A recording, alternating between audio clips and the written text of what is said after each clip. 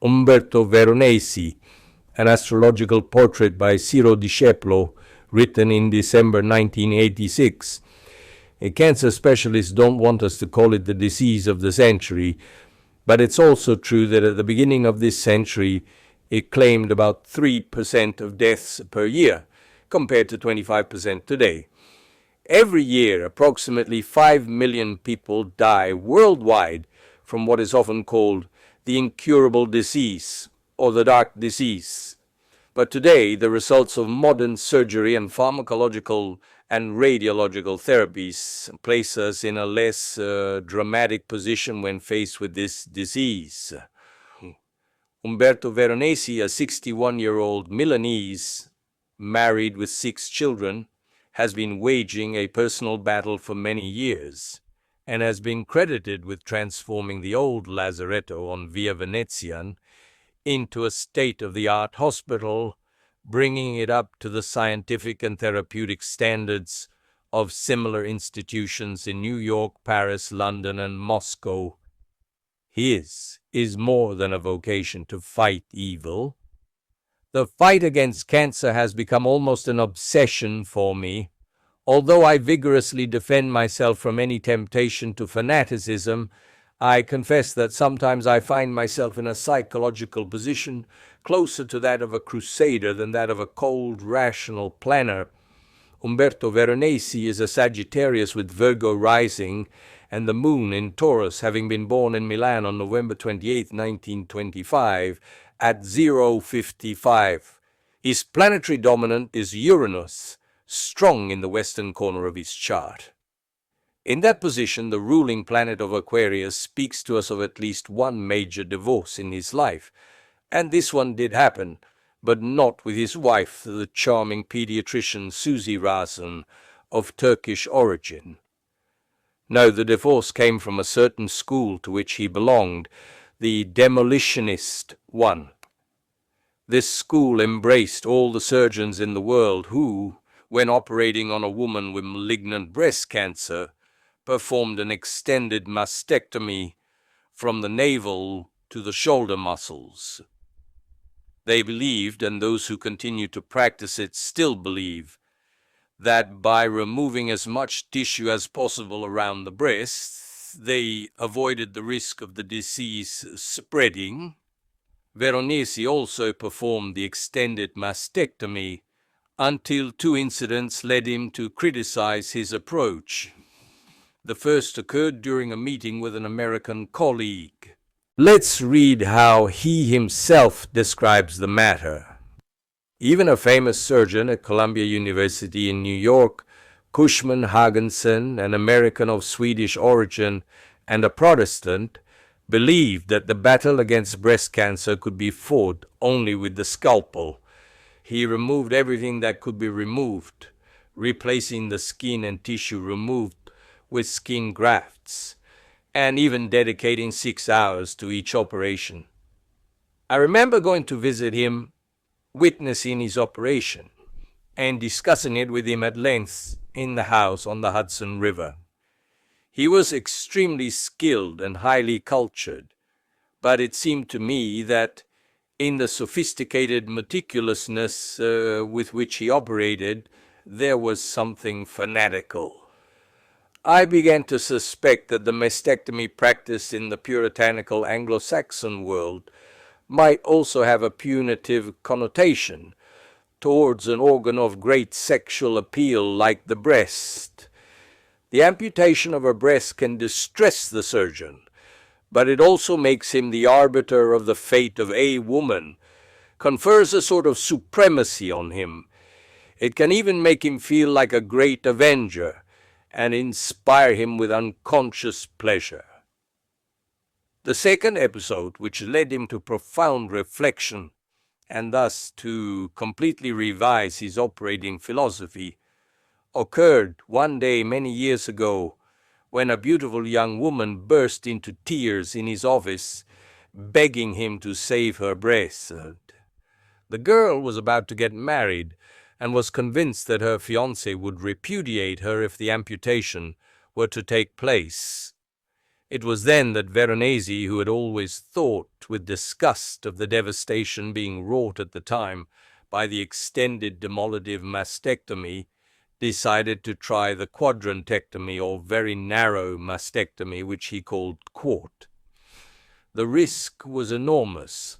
It was a matter of operating on an equal number of women in one way or the other, that is, one number with the old method, an equal number with the new method, and then comparing the results over a period of years to see as a percentage which type of operation had produced the best results.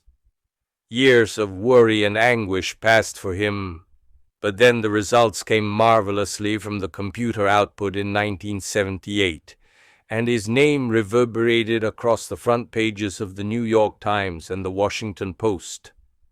The world recognized him as a great scientist who was opening a chapter of hope in the horrendous world of female mutilation. This repaid him for everything, even the accusations of being a turncoat that several colleagues initially leveled at him, but this divorce from a certain segment of the international scientific establishment, sanctioned by Uranus in the seventh house, was undoubtedly the most positive experience of his life. All this occurred in 1978, with a beautiful transit of Jupiter trine his natal sun. He never divorced his wife Susie, who bore him 6 children, one every 2 years. And this too is an interesting detail.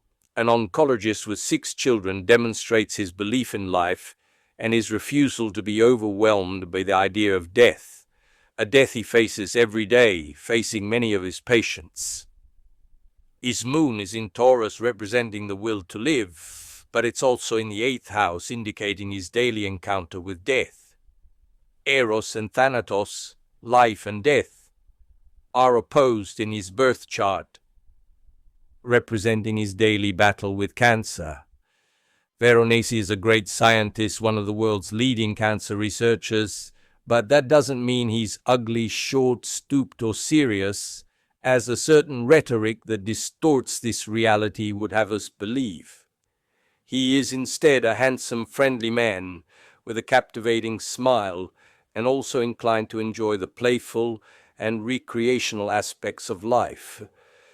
Guido Quaranta, who knows him very well, having been very close to him while he was working on his book on cancer, a curable disease, Arnoldo Mondadori Publishers, says, he has 8 great passions: rowing, the guitar, Mayakovsky's poems, chocolate cake, socialism, motorcycles, Federico Fellini's films, and beautiful women. For the latter, there's an entire chapter in his horoscope describing his experience in this regard. I'm talking about Venus being very closely conjunct Jupiter at birth in the 5th radical sector. This means, however, that Veronesi doesn't just like women. It's important, I believe, for a great oncologist to love life, because it's in the name of life that he must fight day after day, and his choices must be life choices above all. But Umberto Veronesi isn't just this. He is a complex man who also engages in politics, a vegetarian who fasts twice a week, a non-smoker, though he used to smoke, who gets up at 6:30 in the morning and works 12 hours a day. But he also manages to find small snatches of time to tan or pursue one of his hobbies. He is an exceptional reader and scholar, but this hasn't always been the case. At 18, he dropped out of school during the war, and also due to a personal tragedy that befell him, he missed several years of school. The positions of the Sun and Saturn are illuminating in this regard. The personal tragedy was that he stepped on a landmine and was blown up with thousands of shrapnel in his body. He remained semi-paralyzed for a long time, and during those long months in the hospital, surrounded by doctors, nurses, and medicine, his passion for medicine was born. The accident occurred during a transit of Saturn opposing his natal Sun, and coinciding with Uranus opposing his natal Mercury. This, without wishing to criminalize the two planets in question, highlights the highly dramatic role these two planets play in particular periods of a man's life. A similar transit, Saturn over the Sun, is affecting Veronesi today, the day I write this. It's difficult to say what it is, and only after a direct conversation with him could we advance some hypotheses. However, whatever happens, it's safe to assume he'll also experience a burden of heaviness and aging. This is an unpleasant transit that will certainly bring him a great deal of maturity, but it could also manifest itself poorly on an existential level with a loss, a health problem, a penalizing professional event, and so on. Of a completely different nature, however, is the transit of Jupiter trine the Sun in early 1987. It could be a discovery made public by the renowned international researcher, a major experimental result achieved at his institute. In the most banal scenario, he will become president, regardless of his origins or orientation. Someone has said that human life is a silken thread suspended in a game of razors. Well, he moves between these razors with all the experience and passion that his long career entails. He fights death every day, admonishes those at risk, advises, is affectionate with patients, and also supports them on a psychological level. For many, and for me, Veronesi represents the healthy part of society that wants to overcome evil, the hope of future generations, the legacy to leave to our children. I see him in a waking fantasy alongside death in Bergman's The Seventh Seal. That saturnine image with its pointed scythe and long dark shadow cuts across his side, posing a dramatic challenge. But in the end, he will win.